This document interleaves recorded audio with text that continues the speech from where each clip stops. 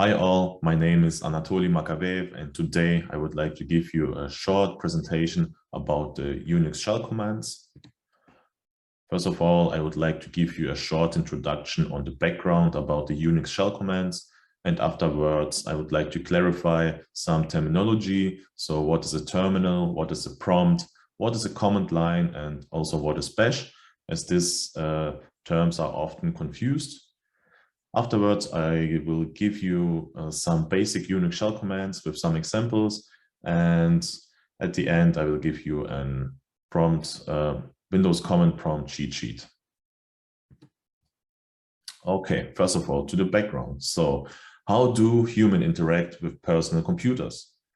Of course, we can use keyboards, mouses, different touch screens, speech recognition systems, and so on. There are various ways to interact with a computer. Most commonly, we use graphical user interfaces, and with this graphical user interfaces, we give different instructions by clicking, for example, with the mouse and using menu-driven interactions. But imagine the following task. For example, we would like to copy the first 5 rows of 1,000 files. The problem which we are faced when we use graphical user interfaces, while they are very intuitive to use, they have a very poor scalability, and they are also very prone to error. More efficiently is it to use a Unix shell. So this is a command line interface and also a scripting language. It allows to complete such repetitive tasks as described above, to accomplish them fast and also automatically and error-free. Combinations of smaller tasks can also be combined into larger, more powerful tasks and workflows. And also it's often just a few lines of code or even one line of code, and it's very powerful and very efficient. So now let's start with some terminology. So the whole black box, this is the terminal. The one on the left side is the prompt. And on the right side, we see the command line. So everything that is after the percentage sign, this is the command that we will write here. And bash is the language that runs in most terminals. So at least it will be activated by default. CSH is also a language similar to bash.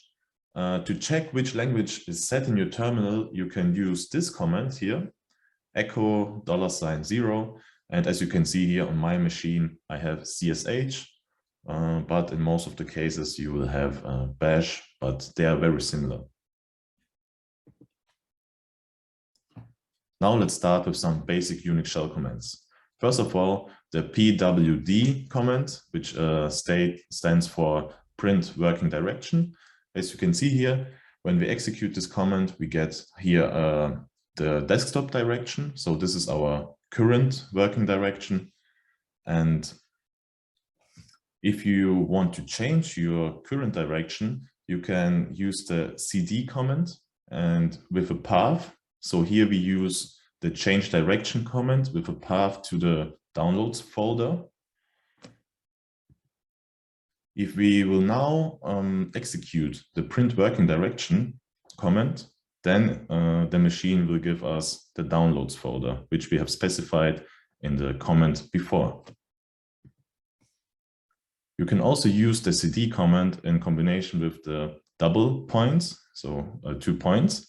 This means always that it will step back one directory back. So if we execute current direction command with 2 points, then it will bring us one directory back from the downloads folder where we are right now. So let's check this out. After executing this command, and then we will also again try the print working directory, and we will get to my users folder, which is one directory above the download folder. Next, I would like to show you the difference between relative and absolute paths. So the absolute path is like a very exact geographical coordinate. So it doesn't matter where you are at the moment of your, when you insert the absolute path, it will always have the same value. So it's like very exact geographical coordinates on a map. And the relative path, it's a specification of a location starting from where you are at the moment. So what your current working directory are. It's like to say 5 kilometers to the west. So it always references the point where you started. And the shell decides if a path is absolute or relative by looking at the first character. So if the path begins with a /, it is absolute. If it does not begin with a /, it's relative. Let's move on to the next Unix shell command, the ls command. This command shows us all files in your current working directory. So for example, you can see here, I have changed the directory to desktop, and then I execute the ls command, and it shows us the files that are contained at our desktop. So photos, a zip folder, and 2 screenshots. And you can also specify your list command. For example, here I typed in ls-l. This one gives you a more detailed view on the files that are in your current working directory. And for example, on the left side, you can see the, for example, the writing and also the reading rights for the different files and so on. You can also make very specified listings of the files. For example, here with a specification with an asterisk, you can type in, this is a placeholder for every possible sign or letter or a number. And but this file should end with a dot and a zip. So you will get a list of all zip files. And as we see above, the only zip file is photos.zip. And this is what we get here. You can also try this out with the PNG file, and you can see you can get all the PNG files here. There are a lot of options with the ls command. Take a look into the manual of a command for more details, and how you can get to the manual you will see on the next slide. So simply type in man ls, and then you can get the full description of the command with all the details. The next commands I would like to show you are the move and remove commands, so mv and rm. If you want to move a file from one place to another place, you can simply use the mv command. Then you select the file that you want to move, and after the file name, you enter the path where you want to enter the file. So here, first of all, we are in the downloads folder, and then we want to move the JPEG file from our downloads folder to the desktop folder. After executing the above commands, we can have a look and use our ls commands in the desktop folder, and we can see that the JPEG file that we wanted to move to desktop is available at the desktop. Next command is rm, which works quite similar, but it removes a file.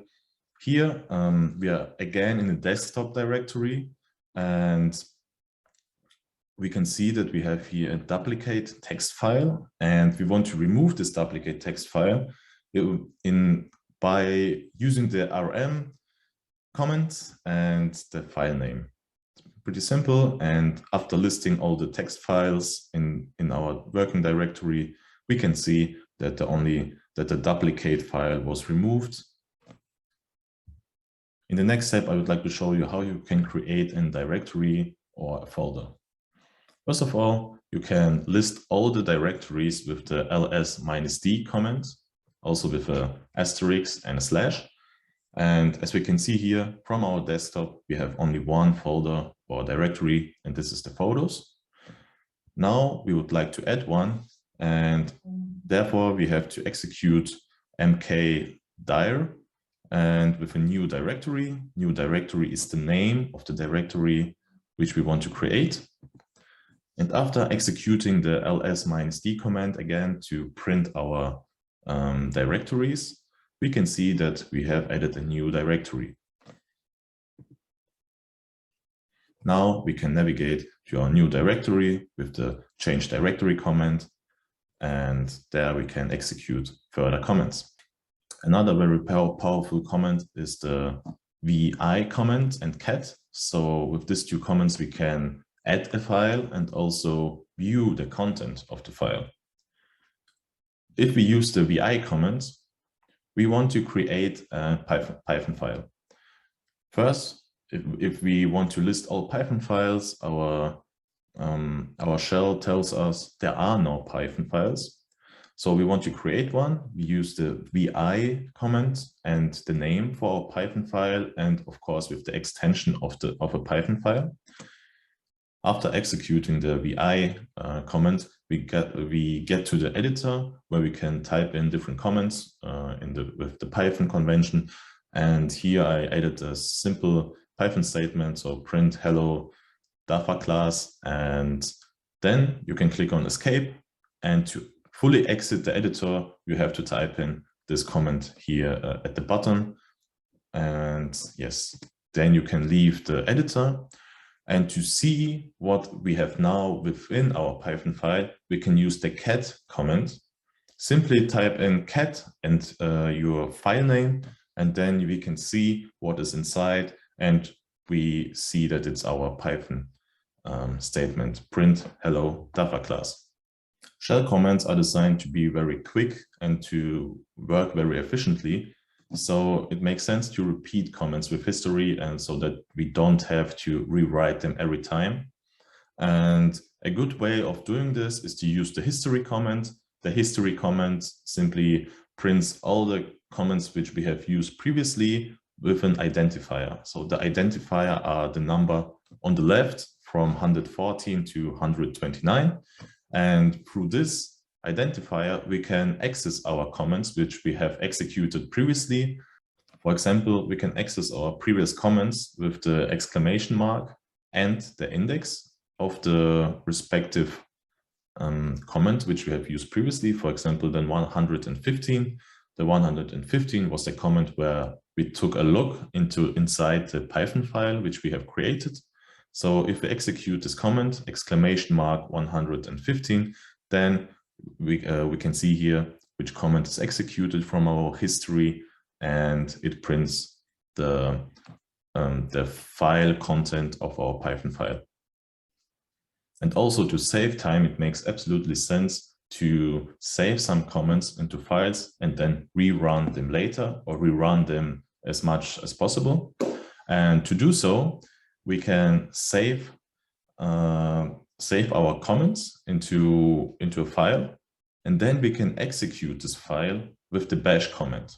So here's an example where I created a file which is called get list of py files. In this file, I added a comment which we can see when we use the cat command. We can see that I added into this file the ls command to print all Python files within one directory. And by executing bash get list of py files, we execute what is within this file. And so we get all Python files. The bash command is very powerful, and it is a common practice that we create different files and execute it through bash. Another very useful aspect about Unix commands is that we can make pipes. Pipe means that we combine different smaller commands into a more complex, more powerful workflow. So we can see here the syntax. So the output from the first command is taken as the input at the second command. And the pipe symbol is this vertical line here. So we can add as much comments as we like into a chain or a workflow. In the last step, I will show you a cheat sheet for the Windows command prompt. And here you have a list of the most important comments for the Windows command shell. And I have also added a link so you can have a look at this cheat sheet. And it works in a very similar way, but there are some slight differences. So now we are at the end of this presentation. I hope you could learn a little bit and found it also interesting like me. And thank you for your attention. Bye.